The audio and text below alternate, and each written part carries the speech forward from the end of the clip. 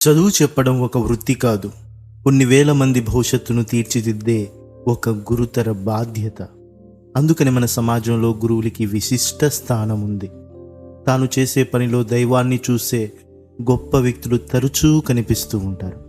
అలాంటి ఒక టీచర్ గురించి నేడు తెలుసుకుందాం. గత 20 ఏళ్లుగా చదువు చెప్పడానికి నదిని ఈదుతూ వెళుతూ ఉన్నాడు.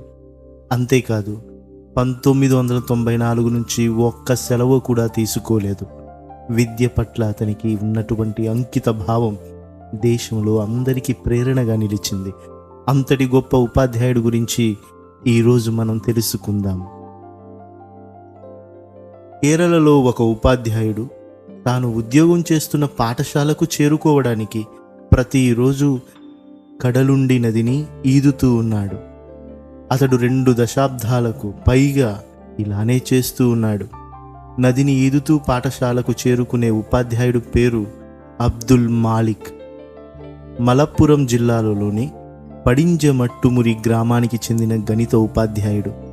అతను నదిని ఈదుతూ మలప్పురంలోని ముస్లిం లోయర్ ప్రైమరీ స్కూల్కి చేరుకుంటాడు. ఇలా నదిని ఈదుతూ వెళ్ళడం ద్వారా స్కూల్కి చేరుకుంటే అబ్దుల్ మాలిక్ రోడ్డు మార్గంలో 12 కిలోమీటర్లు ప్రయాణించాల్సిన అవసరం ఉండదు. విద్య పట్ల ఆయనకున్న అంకిత భావం దేశవ్యాప్తంగా స్ఫూర్తినిచ్చింది. ఆయన తన పుస్తకాలు, దుస్తులను ప్లాస్టిక్ సంచిలో పెట్టుకొని ప్రతిరోజు నదిని దాటి పాఠశాలకు చేరుకుంటారు. మాలిక్ పర్యావరణ పరిరక్షణకు కూడా కట్టుబడి ఉన్నాడు. ఎందుకంటే ఆయన నదులను శుభ్రపరిచే కార్యక్రమానికి కూడా నాయకత్వం వహిస్తాడు. 1994 నుంచి ఒక్క సెలవు కూడా తీసుకోలేదు. మాలిక్ తన విద్యార్థులకు ప్రకృతిని గౌరవించడం కూడా నేర్పుతాడు. 1994 నుంచి అబ్దుల్ మాలిక్ ఒక్కరోజు కూడా సెలవు తీసుకోలేదు.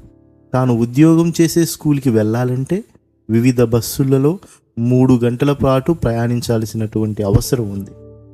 దీంతో ఆయన సులభంగా స్కూల్కి చేరుకోవడానికి నదిని ఈత కొట్టడానికి ఎంచుకున్నాడు. ప్రతిరోజు ఉదయం అతను తన పుస్తకాలు, భోజనం, దుస్తులను ఒక ప్లాస్టిక్ సంచిలో ప్యాక్ చేసి టైర్ ట్యూబ్కు కట్టి ఆపై నదిని దాటడానికి ఈదుతాడు. ఇది మాత్రమే కాదు, వర్షాకాలంలో కూడా అతను ఈత కొట్టడం ద్వారా నదిని దాటుతాడు. తరువాత అతను పాఠశాలకు చేరుకుంటాడు. మాలిక్ ఈ విషయంపై మాట్లాడుతూ, బస్సులో పాఠశాలకు చేరుకోవడానికి చాలా సమయం పడుతుంది. బస్సులు సమయానికి కూడా రావు. అటువంటి పరిస్థితిలో రవాణాపై ఆధారపడడం కంటే ఈత కొట్టడం మంచిది. అతను 20 సంవత్సరాలకు పైగా ఒక్కరోజు కూడా స్కూల్కి లీవ్ పెట్టలేదు. విద్యార్థులు ఆయనను ప్రేమగా ట్యూబ్ మాస్టర్ అని పిలుస్తారు. మాలిక్ నిబద్ధత చదువుతో మాత్రమే కాదు, ప్రకృతి పట్ల కూడా ఉంటుంది. మాలిక్ తన విద్యార్థులతో కలిసి కదులుండి నదిని క్రమం తప్పకుండా పరిశుభ్రపరిచే కార్యక్రమాలు నిర్వహిస్తాడు. విద్యార్థులతో పాటు అతను నది నుండి ప్లాస్టిక్ వ్యర్థాలు, శిథిలాలను సేకరిస్తాడు. ఇది ప్రకృతి పట్ల అతనికి ప్రేమ, బాధ్యతను కూడా చూపిస్తుంది.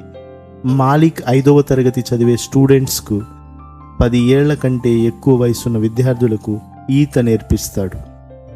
స్థానిక విద్యాశాఖాధికారులు మాలిక్ ప్రయత్నాలను ప్రశంసించారు.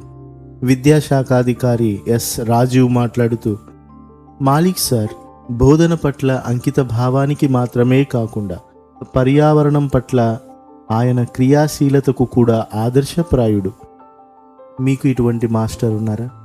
అయితే కామెంట్ రూపంలో కింద పోస్ట్ చేయండి. మీరు కూడా ఇటువంటి మాస్టర్ లాగా మారాలని ప్రయత్నిస్తున్నారా? అయితే అందరికీ all the best. Thank you. ఈ వీడియోకి లైక్ కొట్టి షేర్ కొట్టండి.